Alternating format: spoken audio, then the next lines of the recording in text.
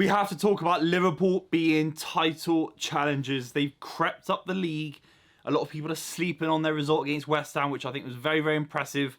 And now they've got 16 points out of a possible 18. And are one of only 4 sides to not lose in the league so far this season. Salah's cooking. Núñez is cooking. McAllister looks much better than even since the start of the season. And I think Jurgen Klopp is building something very, very interesting and exciting at Liverpool for the remainder of this season. In this video, we'll break down some key observations from the last couple of games for Liverpool and, of course, where they go moving forward. If you're new to the channel, make sure you subscribe. I'd really appreciate that. Let's just start off with an overview against West Ham. Of course, West Ham could have scored a couple. They obviously did with a beautiful Jarrod Bowen header. Soucek had a great chance. Antonio had a great chance. But in reality, it reminded me of 2018, 2019 Liverpool in terms of you go at one end, have a chance. Yeah, you might have a chance. But we're going to have 3 or 4 in return. And that is obviously mirrored in the actual scoreline itself. 3 goals, ruthless finishing. Let's just talk about Darwin Núñez. He's got 3 goals in 6 now, which is so much better than compared to the start of last season. And his kind of rise in Liverpool, I think there will be a big rise, is very similar to Sadio Mane. When Mane first joined Liverpool, people, maybe because it's been a few years now since that transfer happened, and they think he arrived as a finished product. No, he was rusty. His first touch wasn't great. His athleticism was incredible. His work rate it was incredible, and it always remained that way. But he was a 1 in 3, maybe even a 1 in 4, and his finishing wasn't incredible. Now, obviously, within a 12-month spell, it went bang straight into kind of destroying Man City, cutting in from the left, destroying Barcelona, Real Madrid, and winning Champions Leagues, winning league titles. And Darwin Núñez, after a year, I thought he was really poor last season. I think some of the chances he had, and he ballooned. And then he'd get a second chance and balloon the second chance. And I feel that Núñez this season, yeah, he's missing a chance. I mean, he missed a big chance against West Ham. It comes over the top and he kind of floats it wide. But then that second one, he kind of scores. Obviously had a few other chances as well, but the kind of clear-cut chances, I felt that he missed one big one. And I think he scored a big opportunity. And last season, you can't say that he was really doing that. Salah as well. I mean, his numbers are fantastic. 3 goals, 4 assists. The way he took that penalty against West Ham, I know it's only a penalty, but ruthless, smashed it. And you feel there's an energy around Liverpool of kind of being ruthless, going back to maybe the identity of that gegenpress rock and roll football that Jurgen Klopp is famous for. And when he brought in Thiago Alcantara and he's trying to maybe knock it around a bit more, have more of a possession-based style, I think Liverpool were trying to go for. I think they lost a little bit of their identity. They were still creating chances. They were still playing the Champions League.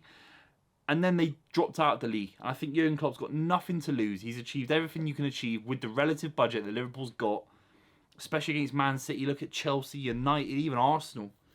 I think he just says, I'm going to use the qualities that I've got at my disposal. Someone like Alexis McAllister. Let's protect him. Let's get legs around him. Curtis Jones has featured more and more. Let's use Dominic Szoboszlai as much as humanly possible. And he was instrumental against West Ham. And his ability to just whip a ball around quick. He's so dynamic. He's got a bit of the Steven Gerrard about him. There's no question about it. I think Szoboszlai, McAllister, they're being used to their best ability, 100%. But there obviously are gaps in that defence. Obviously, the way that West Ham scored, I still think Liverpool have got this kind of energy about them. Again, we score, you score. We go at the other end, especially at Anfield, and blow teams away. There has to be a small kind of constructive look at the defence. I think Alisson pulled off way too many great saves against West Ham. You know, Robertson, I felt was a little bit run ragged. I think the Curtis Jones connection, the Diaz connection isn't quite there yet. I remember Sadio Mane doing so much work with Robertson in terms of covering, double banking, attacking big players for opposition sides coming down the right-hand side. But once you get that going, suddenly Núñez, Diaz, Salah is the best front three that Liverpool have, in my opinion. It's got that mixture of mobility. Núñez is a unit. He's a big guy as well, so he can get those kind of the aerial wins that I think he's going to win most of the time. I think Liverpool are a major force. Now, obviously, West Ham at home for Liverpool should be a win anyway, but West Ham have been absolutely flying this season.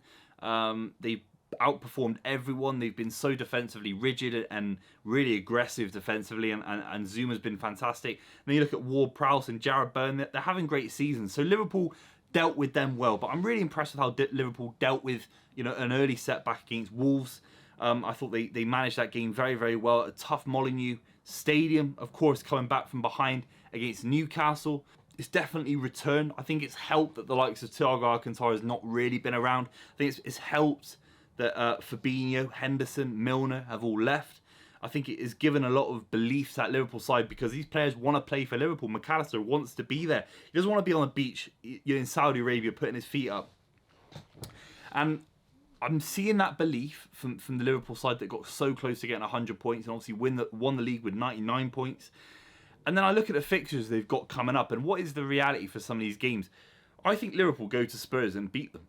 I really do think there's enough defensive frailties there. I looked at Romero in the North London derby. I looked at Udogie, very young fullback, very talented.